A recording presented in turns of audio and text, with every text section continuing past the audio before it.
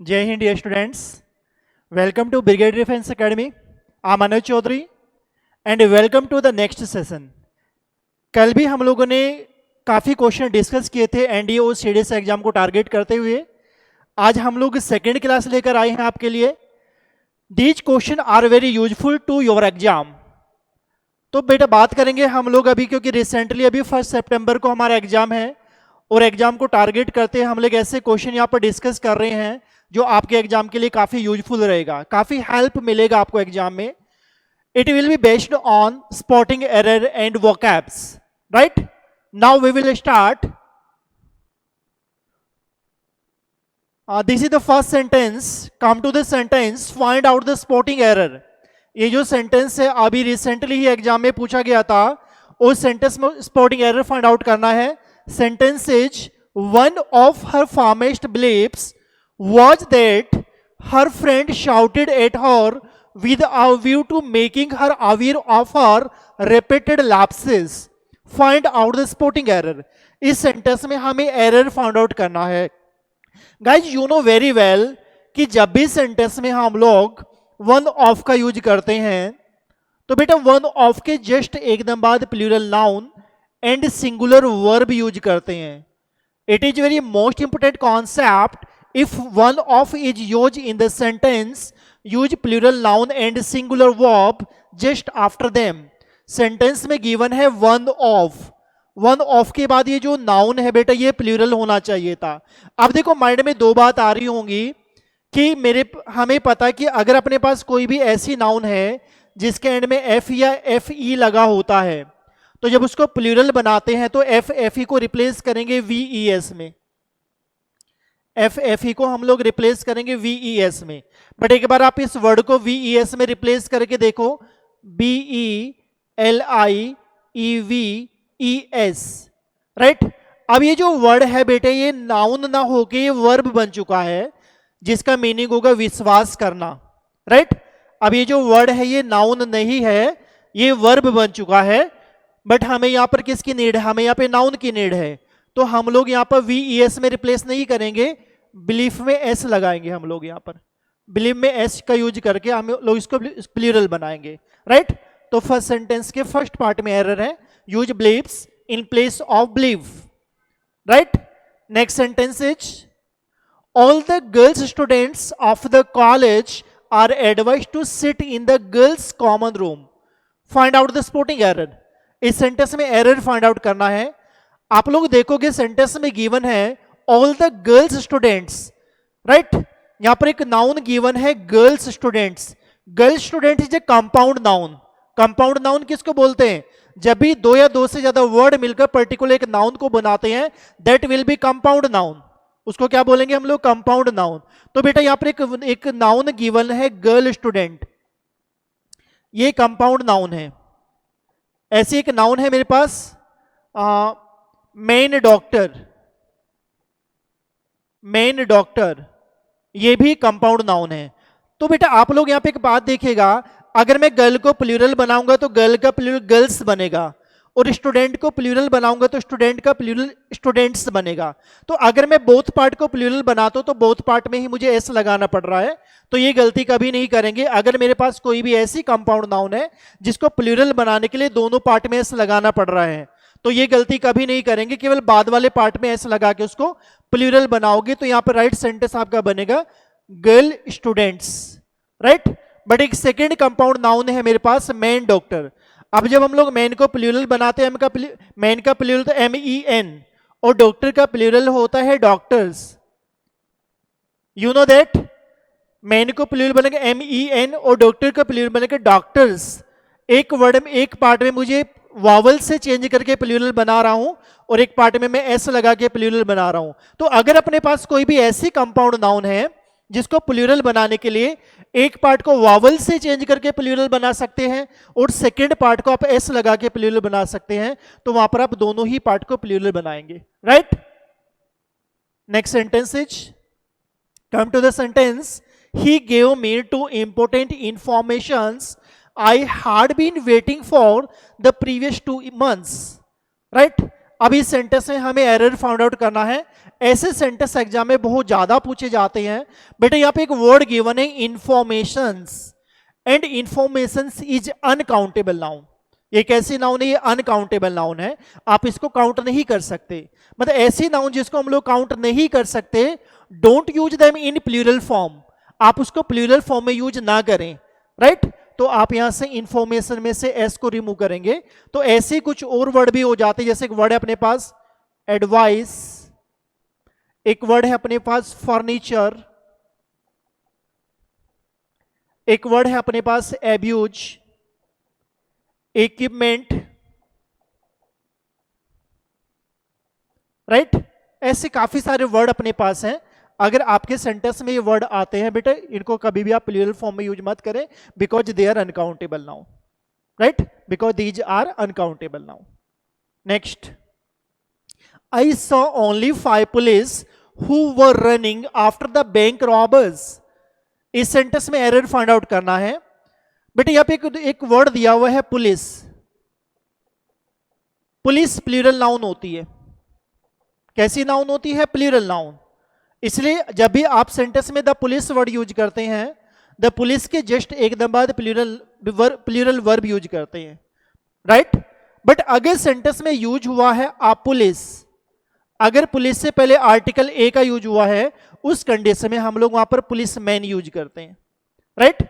और policeman singular noun है, तो यहां पर वर्ब भी आप सिंगुलर यूज करेंगे।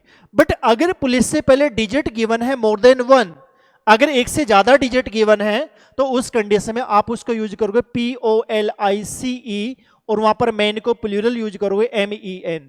तो बेटे यहां पर बी पार्ट में एरर है इसके, right? Understood? Next sentence is the seeps of the wheat plants were too heavy for me to carry on the hard, right? बेटे यहां पे एक वर्ड यूज है सीप्स। सबसे पहले तो इसका मीनिंग क्या होता है? इसका मीनिंग होता है, जैसे आप लोग देखते होंगे कि जो अनाज होता है, व्हीट होता है, तो जब उसको काटते हैं, मतलब कि उसकी कटाई होती है, तो उसको कटाई करने के लिए उसको कटाई करके हम लोग जब उसको कैरी करते हैं एक जगह, तो एक गठरी बनाते हैं जिसको बोला जाता है पुलिंदा, तो उसी को हम लोग शिप बोलते हैं। तो यहाँ पर प्लूरल के बारे में बात हुआ है, तो इसका प्लूरल शिप्स नहीं होगा, आप एप को VES में रिप्लेस करेंगे, SHEAVES, राइट? तो use SHEAVES in place of ships. Understood? Next sentence is the house should not look scornfully at the house not, rather they should try to encourage them to work hard and earn their livelihood। अब देखो ऐसे ये exam में कई बार पूछा गया है, बहुत बार ये सेंटेंस एग्जाम में आता है, क्योंकि ये थोड़ा सा कंफ्यूजिंग सेंटेंस है। जब तक आपको यहां पर कुछ वर्ड है, अगर उनका वर्ड का मीनिंग आपको नहीं पता, तो ऐसे सेंटेंस आपको बहुत कंफ्यूज करते हैं। यहां पे एक वर्ड यूज हुआ है द हाउस। सबसे पहले तो बच्चे को इसका मीनिंग ही नहीं पता होता, बट इसका मीनिंग होता द रिच, अमीर लोग। और एक वर्ड यूज हुआ है have nots, HAVENOTS, it means the poor, गरीब लोग। बट जब आप हैव नॉट्स यूज करते हैं तो नोट में एस लगाते हैं, हैव में एस का यूज नहीं करते। बट देखो सेंटेंस में एरर यही है, एग्जामिनर ने क्या किया हुआ है, हैव में एस लगा हुआ है, हैव में एस नहीं लगेगा, नोट में एस लगेगा। Have nots, it means the poor, गरीब लोग। तो सी पार्ट में यहां पर एरर है। Understood? Next sentence is the burdens of this locality are always at daggers down without any apparent reason. अब ये इस सेंटेंस को थोड़ा सा केयरफुली समझिएगा। यहां पे एक वर्ड यूज हुआ है BRETHREN, जिसका मीनिंग होता है भाईचारा, एक ही लोकेलिटी के लोग, राइट? और एक वर्ड है अपने पास बर्दर। सबसे पहले दोनों में डिफरेंस समझिए। जब आप ब्लड रिलेशन के बारे में बात करते हैं तो आप वहां पर बर्दर यूज करते हैं, और बर्दर का प्लूरल होता है ब्रदर्स, ब्रदर्स। राइट। बट जब आप बाहर के लोगों के बारे में बात करते हैं तो आप वहां पर बर्दरन वर्ड यूज करते हैं, और बर्दरन अपने आप में प्लूरल नाउन है। तो आप इसमें एस लगा के सेंटेंस को गलत मत कीजिए। तो एग्जामिनर वहां पर यही करेगा, वो बर्दरन में भी एस लगाएगा, बिकॉज बर्दरन अपने आप में खुद ही प्लूरल नाउन है, तो यहां पर एस का यूज मत करें। Right. Next sentence, who says that doctor Sinha is issueless as far as I know he has 3 issues, 2 sons and a daughter. Right. तो बेटा यहां पर बोला गया एक वर्ड यूज है इश्यूलेस, इसका मीनिंग होता है संतानहीन। राइट। उसके बाद एक वर्ड यूज है इश्यूज। अब इसका मीनिंग क्या होता है भाई, इस सेंटेंस में इसका मीनिंग है संतान। इसका मीनिंग क्या है, संतान। ये जो इश्यू वर्ड है आप इसको सिंगुलर नाउन में यूज कीजिए या फिर प्लूरल नाउन में यूज कीजिए, ये दोनों जगह पर ही इश्यू होगा, इश्यूज यूज नहीं करेंगे यहां पर। तो यहां पर सी ऑप्शन में आपका एरर होगा। राइट। तो यहां पर बेटा सी ऑप्शन में एरर होगा। ये सारे प्रीवियस ईयर के क्वेश्चन है, ऐसे क्वेश्चन एग्जाम में बहुत ज्यादा पुट ऑफ होता है। Next sentence is, my teacher does not like me going to cinema every day. Sentence को दोबारा पढ़िएगा, my teacher does not like me going to cinema every day. इस सेंटेंस को एक बार अलग अलग तोड़ लीजिए, तभी आपको ये सेंटेंस समझ आएगा। The teacher is subject, right, does is helping verb, like is main verb. Right. अब देखो अगर हमें मेन वर्ब के बाद कोई आईएनजी वर्ब मिलती है, that will B gerund verb. That will B gerund verb. वो क्या होती है, जीरंड वर्ब होती है। एक्चुअल में जो जीरंड होती है वो वर्ब नहीं होती, वो वर्ब की फॉर्म में मिलती है। That is a noun. ये क्या है, एक नाउन है, ये एक नाउन है। और जब भी आप नाउन पर अधिकार दिखाते हैं, पॉजेशन दिखाते हैं, सपोज दैट ये मार्कर है, अगर मार्कर पर मैं अपना अधिकार दिखाऊंगा तो क्या बोलूंगा, माई मार्कर। तो कभी मी मार्कर नहीं बोलेंगे, ही मार्कर नहीं बोलेंगे, यू मार्कर नहीं बोलेंगे। तो आप यहां पर किसका यूज करोगे, माई गोइंग। माई गोइंग, क्योंकि नाउन से पहले पॉजेसिव एडजेक्टिव यूज होता है, ऑब्जेक्ट यूज नहीं करेंगे। तो यहां पर बी ऑप्शन में एरर है। Next sentence is, either of the five man will do your work successfully. यहां पर 5 मैन के बारे में बात हुआ है। राइट। सबसे पहले यहां पे एक बात समझिए, यहां पे एक वर्ड यूज है ईदर। एग्जामिनर ये ऐसा भी क्वेश्चन पुट अप करेगा कि ईदर यहां पर कौन सा पार्ट ऑफ स्पीच है, तो बेटा ईदर यहां पर प्रोनाउन है। क्या है ये, प्रोनाउन है ये, क्योंकि इसके जस्ट एकदम बाद प्रेपोजिशन गिवन है। अगर इसके एकदम बाद नाउन गिवन होता तो ये एडजेक्टिव होता। अगर एग्जाम में बोला गया ईदर बॉय, ईदर गर्ल, तो ये क्या होता, ये आपका एडजेक्टिव का पार्ट हो जाता। राइट। तो ईदर यूज करते हैं दो में से एक के लिए। तो जब भी आप दो में से एक नाउन के बारे में बात करेंगे तो वो आप वहां पर यूज करते हैं ईदर का। बट यहां पर यूज हो 5 के बारे में, मतलब 2 से ज्यादा के बारे में बात हुआ है। अगर 2 से ज्यादा के बारे में बात हुआ है तो पॉजिटिव सेंटेंस में आप यूज करते हैं एनी का, use any in place of either. तो ए ऑप्शन में यहां पर एरर है। Right. Use any in place of either, either के प्लेस पर आप एनी का यूज करेंगे, बिकॉज यहां पर 5 मैन के बारे में बात हो, मोर देन 2 नाउन के बारे में बात हुआ है। Next sentence is, the climate of Ranchi is better than Patna. यहां पर क्लाइमेट के बारे में बात हुआ है, और क्लाइमेट एक सिंगुलर नाउन है। सिंगुलर नाउन है, किसके क्लाइमेट के बारे में बात हुआ, रांची एंड पटना के बारे में बात हुआ है। बेटे यहां पे एक कॉन्सेप्ट ध्यान रखिएगा कि जब भी आप 2 सिंगुलर नाउन के बीच कंपेयर करते हैं इन द सेम फील्ड, एक ही फील्ड में, तो जो सेकंड वाली सिंगुलर नाउन है उससे पहले आप दैट ऑफ का यूज करते हैं। राइट। जब भी आप 2 सिंगुलर नाउन के बीच कंपेयर करेंगे इन द सेम फील्ड, तो use that of before second singular noun. But अगर आप 2 प्लूरल नाउन के बीच कंपेयर करेंगे इन द सेम फील्ड, दोनों ही नाउन अगर प्लूरल है, अगर 2 प्लूरल नाउन के बीच कंपेयर करेंगे in the same field, use those of before second plural noun. ये जो सेकंड प्लूरल नाउन है उससे पहले दोज ऑफ का यूज करेंगे, तो सेंटेंस राइट क्या बनेगा, पटना से पहले आप दैट ऑफ का यूज करके सेंटेंस को राइट करेंगे। तो डी ऑप्शन में यहां पर एरर है। राइट। अंडरस्टूड। आई होप ये बातें आपको अच्छे से क्लियर हो रही होंगी। Next sentence is, you and I have perform my best in the stage show.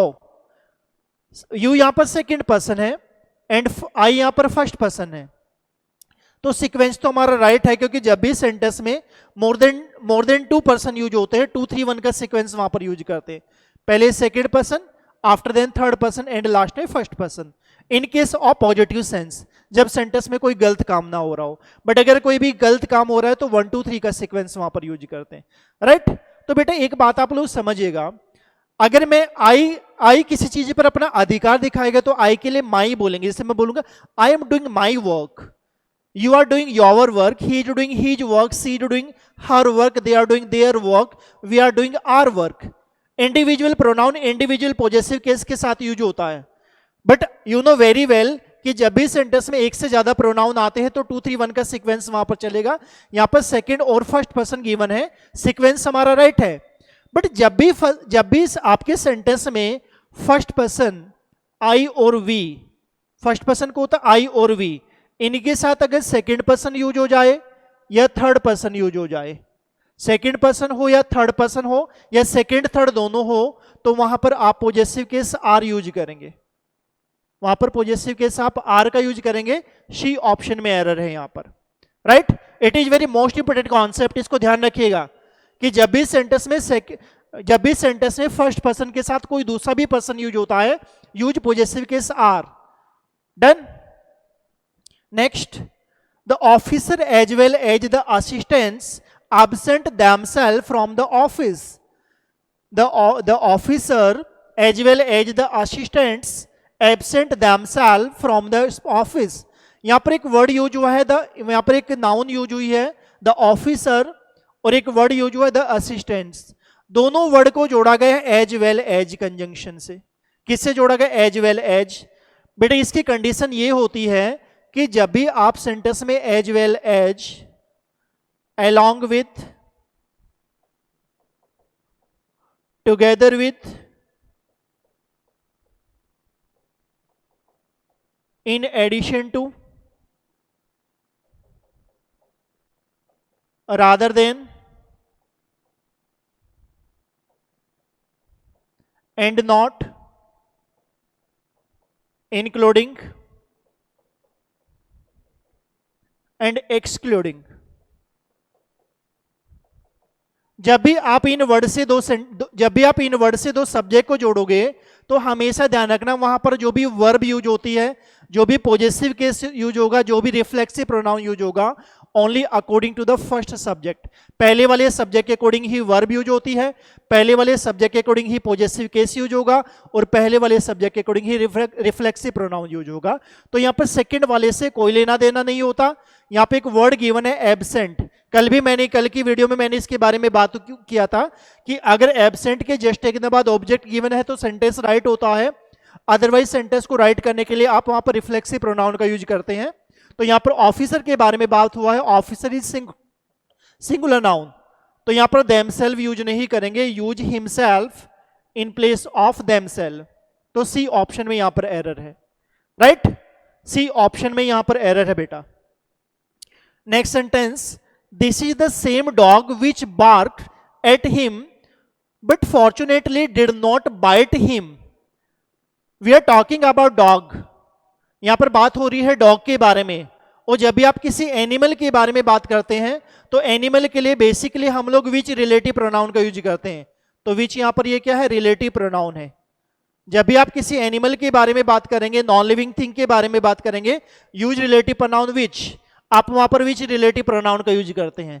But यहां पर एनिमल से पहले एक वर्ड यूज हुआ है द सेम, यहां पर एक वर्ड यूज हुआ है द सेम, राइट। अगर सेंटेंस में द सेम वर्ड यूज होता है, little, uh little, the little word use होता है, few, uh few, the few word use होता है, समथिंग, एनीथिंग, नथिंग, एवरीथिंग जैसे वर्ड यूज होते हैं, तो वहां पर रिलेटिव प्रोनाउन दैट यूज करते हैं। तो बेटे यहां पर विच का यूज नहीं करोगे, आप यहां पर रिलेटिव प्रोनाउन दैट का यूज करोगे। तो बी ऑप्शन में यहां पर एरर है, right. Next sentence is, all the members of the board are kindly. ऐसे क्वेश्चन, ये थोड़ा कंफ्यूजिंग सेंटेंस है, ऐसे क्वेश्चन एग्जाम में बहुत ज्यादा पूछे जाते हैं बेटे, मोस्ट इंपोर्टेंट सेंटेंस है, राइट। क्योंकि बच्चे को कंफ्यूज करने के लिए एग्जामिनर ऐसे क्वेश्चन बनाता है। Sentence is, all the members of the board are kindly requested to appear in the next meeting. You know very well, kindly and requested same sense देता है। जब भी सेंटेंस में काइंडली वर्ड यूज हो या requested word use हो, दोनों ही same sense देते हैं, एक ही जैसी सेंस देते हैं। And you know very well कि कभी भी हम लोग सेंटेंस में एक ही सेंस जैसे दो वर्ड का यूज एक साथ नहीं करते, राइट? तो आप कभी भी रिक्वेस्टेड और काइंडली को एक साथ यूज नहीं करेंगे, तो सी ऑप्शन में यहां पर एरर है, right? Next sentence is, now we will talk about vocab. And vocab में हम लोग बात करेंगे मैजिक वोकैब के बारे में। जैसे वोकैब हम लोगों ने कल डिस्कस किया था कि अगर मुझे सपोज दैट कोई भी वर्ड गिवन है, अगर वर्ड का मुझे मीनिंग पता है तो मुझे इजीली एंटोनियम्स और सिनोनियम्स निकालने में काफी हेल्प मिलता है। तो इसी करके मैं यहाँ पर विद ऑप्शन नहीं करा रहा हूं। आपको सबसे पहले उस वर्ड का मीनिंग आपको पता होना चाहिए। अगर आपको उसके वर्ड का मीनिंग पता है तो आपको एंटोनियम्स सिनोनियम्स निकालने में आपके लिए काफी हेल्प रहेगा। First word is amaze. First word is amaze. अब इसको कैसे याद रखिए भाई, अमेज। देखो आपने एक कार देखी होगी, अमेज कार, राइट? अब इसको लिंक करो उस कार के नाम से। भाई अमेज कार की फीचर को देखकर मैं आश्चर्यचकित रह गया, मतलब उसके फीचर माइंड ब्लोइंग है, राइट? तो अमेज कार के फीचर को देखकर मैं काफी आश्चर्यचकित हो गया, मैं एकदम से सरप्राइज हो गया, मैं एकदम से स्टॉनिश हो गया, राइट? तो इसका मीनिंग होता है आश्चर्यचकित होना। आपको इससे वर्ड याद हो गया, अमेज कार के फीचर को देखकर मैं आश्चर्यचकित हो गया, मतलब काफी अच्छे फीचर हैं उसके, राइट? तो इस वर्ड का मीनिंग होता है बेटा आश्चर्यचकित होना। Next amok. Next word is amok. अब इसको कैसे याद रखोगे? जैसे सपोज दैट ऐसे समझ लो कि आपका कोई भी फ्रेंड है, वो आपसे नाराज है, किसी भी बात को लेके वो आपसे नाराज है, राइट? और आप उसको मनाने की कोशिश कर रहे हैं, तो थोड़े टाइम के बाद वो क्या बोलता है? I am okay. वो बोलता है ऐसे कि आई एम ओके, मैं ठीक हूं, लेकिन वो अंदर से क्या होता है? नाराज होता है, ठीक है? आपको बोलने के लिए बोलता है आई एम ओके, तो इस वर्ड को लिंक कर लो, आई एम ओके, मैं ठीक हूं। बट इसको ऑपोजिट याद रखो, इसका मीनिंग होता है नाराज होना। इसका मीनिंग होता है नाराज होना, गुस्सा होना, राइट? तो बेटे ये सारे वर्ड इसके सिनोनियम्स हैं, तो ये आपको इजीली याद रहेगा ये वर्ड, क्योंकि सारे मैं वही वर्ड यूज करा रहा हूं जो आपके प्रीवियस ईयर में पूछे गए हैं। नेक्स्ट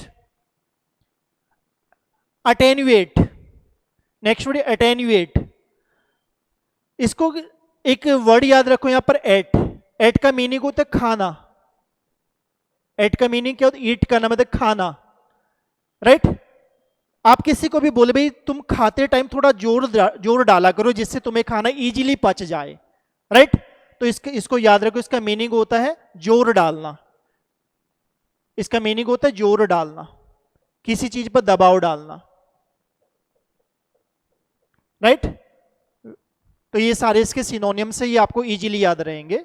तो आपको अगर इस वर्ड का मीनिंग अगर आपको पता है तो आपको सिनोनियम्स फाइंड आउट करने में काफी इजी रहेगा। Next accentuate. एक्सेंचुएट। रुको रुको रुको, right? Next word is accentuate. तो इसको कैसे याद रखोगे? देखो इसमें भी एक वर्ड यूज हुआ है, एट। एट का मतलब है खाना। रुको रुको, ये भाई इसका वर्ड का मीनिंग ये नहीं था, इसको ऐसे याद रखो। इसका मीनिंग होता है ये जोर डालना। इस वाले वर्ड का मीनिंग होता है जोर डालना, सेकंड वाले वर्ड का मीनिंग, राइट? बट इसको कैसे याद करोगे आप लोग? इसमें से इसको ऐसे याद करो, तनु एट। इसको दो पार्ट में डिवाइड कर लो, तनु एट, ठीक है? आप तनु एक नाम है, एक फीमेल का नाम है, तनु एट करो मतलब खाना खाओ, नहीं तो तुम कमजोर हो जाओगे, राइट? इसका मीनिंग होता है कमजोर हो जाना। इसका जोर डालना मीनिंग नहीं होता, इसका मीनिंग होता है कमजोर करना, कमजोर करना, राइट? इसका मीनिंग होता है, एक्सेंचुएट का मीनिंग होता है जोर डालना। तो ये थोड़ा सा कंफ्यूजिंग वर्ड था, ये थोड़ा सा इसको याद रखिएगा। Next atone. Next word atone. देखो टॉन का मीनिंग होता है जो हम बोलते हैं, जो टॉन हमारी होती है। और ए से एक वर्ड याद होगा, एब्जर्ड, राइट? जब आप किसी से गलत टोन में बात करते हो तो फिर बाद में आप क्या होते, पछताते हो, प्रायश्चित करते हो उसका, राइट। तो इसका मीनिंग हो जाएगा प्रायश्चित करना, पछताना। तो बेटा ये आपको इजीली ये वर्ड याद रहेंगे आपको, right. Next word average, next word avarice. अब देखो इसमें से एक वर्ड निकालो राइस। राइस का मीनिंग क्या होता है, जो चावल होते हैं राइस होते हैं। जो लोग केवल राइस खाते हैं वो बड़े ही कंजूस होते हैं, ग्रीड होते हैं बहुत ज्यादा, राइट। जो लोग केवल राइस खाते हैं वो कैसे होते हैं, कंजूस होते हैं, ग्रीड होते हैं। तो उसका मीनिंग हो जाएगा ग्रीड, मतलब कंजूस, right. Next is atoll, next word atoll. अब इसको कैसे याद रखोगे, इस सेंटेंस को दो पार्ट में डिवाइड कर लो, चोर टल। चोर का मतलब होता है जो चोर होते हैं, डकैत होते हैं, और टल का मतलब होता है चले जाना। भाई चोर टल गए मतलब चोर चले गए, इसलिए सबके फेस पर कैसी थी, क्या था, खुशी की मुस्कान थी।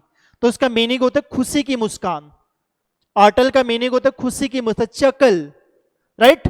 तो ये सारे इसके सिनोनियम्स है, लाफ एंड गिगल। तो ये इनको आप इजीली याद रख सकते हैं। Elucidate, elucidate, next word elucidate, elucidate, तीन पार्ट में डिवाइड कर लो, एल्यूसिडेट, राइट। तो ये कैसे याद रखोगे इसको, इलू की जो डेट है वो क्या हो गई है, वो क्या हो गई है, मतलब कि इलू की जो डेट है, एग्जाम की जो डेट है वो पता चल गया, मतलब उसको स्पष्ट हो गई, क्लियर हो गई है। तो इसका मीनिंग होता है कि स्पष्ट होना, क्लियर हो जाना, राइट, मतलब एक्सप्लेन करना उस चीज को। Next word is sedate, next is sedate, sedate. तो सीडेट का मीनिंग क्या हो जाएगा, ठीक है, वो अपने एग्जाम के, सी का मीनिंग होता है देखना, और डेट का मीनिंग होता है तारीख। वो अपने एग्जाम की तारीख को देखकर रिलैक्स हो गई।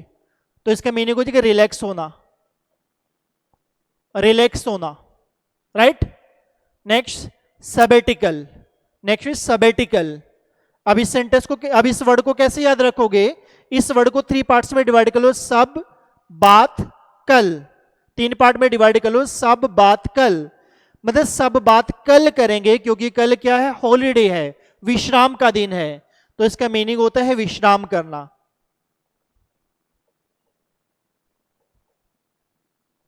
इसका मीनिंग होता है विश्राम करना। सब बात कल करेंगे क्योंकि कल क्या है, सबेटिकल है, विश्राम का डे है। नेक्स्ट वर्ड असैसिनेट, असैसिनेट, इसका मीनिंग होता है राजनैतिक हत्या। इस वर्ड को थोड़ा याद रखो, राजनैतिक हत्या, ये वर्ड कई बार एग्जाम में पूछा गया है। असैसिनेट, इसका मीनिंग होता है राजनैतिक हत्या, मर्डर, किल, ये सारे इसके सिनोनियम्स है। तो ये आपको इजीली याद रहेगा ये वर्ड। Indolent, next indolent. अब इसको कैसे याद रखोगे, देखो इसमें से एक वर्ड को आप निकाल लो, डोले। डोले क्या होता है, जो बॉडी होती है आपकी, ठीक है, बॉडी। भाई आप किसी को बोल रहे हैं, देखो डोले क्या होते हैं, जो बॉडी आप बनाते हैं, जिम में जाते हैं तो आपकी बॉडी बन जाती है, तो क्या कहते हैं, भाई मेरे तो डोले बन गए हैं, ठीक है। भाई इससे पहले एक वर्ड यूज है इन, इन का मतलब वो नेगेटिव सेंस देगा, ठीक है। वो आप किसी को, भाई इतने अच्छे खासे डोले हैं उसके बाद भी तुम इंडोलेंट हो, मतलब लेजी हो, इसका मीनिंग होता है लेजी, इसका मीनिंग क्या होता है, लेजी। तो इसको थोड़ा ऑपोजिट करके ध्यान रखना, क्योंकि याद रखना अगर किसी भी वर्ड के एंड में इन लगा हुआ है तो वो ऑपोजिट सेंस देगा। Next word is scamper, next word scamper. भाई उसने स्कैम किया, मतलब स्कैम किया और वो स्कैम्पर हो गया, मतलब भाग गया, इसका मीनिंग हो भाग जाना, स्कैम्पर हो जाना मतलब भाग जाना, राइट। तो ये सारे इसके सिनोनियम्स है बेटा, ये आपको इजीली याद रखेंगे। Next next word is plethora, plethora, right, next word plethora. अब इसको कैसे याद रखोगे, इसको याद रखो, प्लेथर का मीनिंग होता है बहुत अधिक, मतलब बहुत ज्यादा, राइट। इसको ऐसे ही याद रखो, इसका मीनिंग होता है बहुत ज्यादा, कोई चीज का प्लेथर है मतलब बहुत ज्यादा है, इसको ऐसे ही याद रख लो।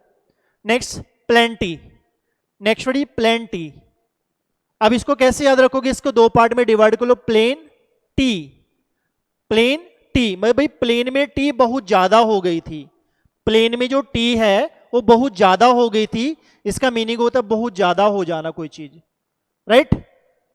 तो इसका मीनिंग होता है ज्यादा होना। Next scanty, next word scanty, इसको ऑपोजिट करके ध्यान रखो, प्लेंटी बहुत ज्यादा है, स्कैंटी बहुत कम, कोई चीज बहुत ज्यादा स्कैंटी है मतलब बहुत कम है, राइट? मतलब मिनिमम है वो चीज।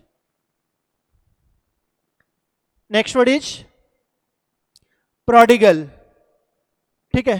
तो देखो यहां से एक वर्ड निकालो, गर्ल, गर्ल मतलब गर्ल, गर्ल कैसी होती, खर्चीली होती है बहुत ज्यादा कैसी होती है गर्ल, खर्चीली होती है, तो इसका मीनिंग होगा खर्चीला, राइट? वेस्टफुल, तो ये सारे इसके सिनोनिम्स है। प्रोडिगल का मीनिंग हो जाएगा खर्चीला। स्टल्टीफाई, नेक्स्ट स्टल्टीफाई मतलब बेवकूफ बनाना, हैम्पर, इसका मीनिंग हो जाएगा बेवकूफ बनाना, राइट? स्टल्टीफाई का मीनिंग हो जाएगा बेवकूफ बनाना। Next word is improvise, improvise मतलब एकदम से किसी चीज का एकदम से प्रबंध करना, तत्काल प्रबंध करना, इम्प्रोवाइज का मीनिंग हो जाएगा तत्काल प्रबंध करना। ये ज्यादा मुश्किल वर्ड नहीं है, तो आपको वैसे भी याद होगा। इसका मीनिंग होता है तत्काल प्रबंध करना, मतलब एकदम से किसी चीज का प्रबंध करना, एकदम से किसी चीज को प्रेजेंट करना। Incident, next sorry insidious, next insidious. अब देखो यहां से एक वर्ड याद रखो, सीजुअस मतलब सीरियस, इसको याद रख लो सीरियस। भाई तुम इतने सीरियस मत रहा करो, सीरियस रहना सेहत के लिए काफी घातक होता है, हार्मफुल होता है, राइट? तो इसका मीनिंग होता है हार्मफुल मतलब घातक होना कोई चीज, राइट?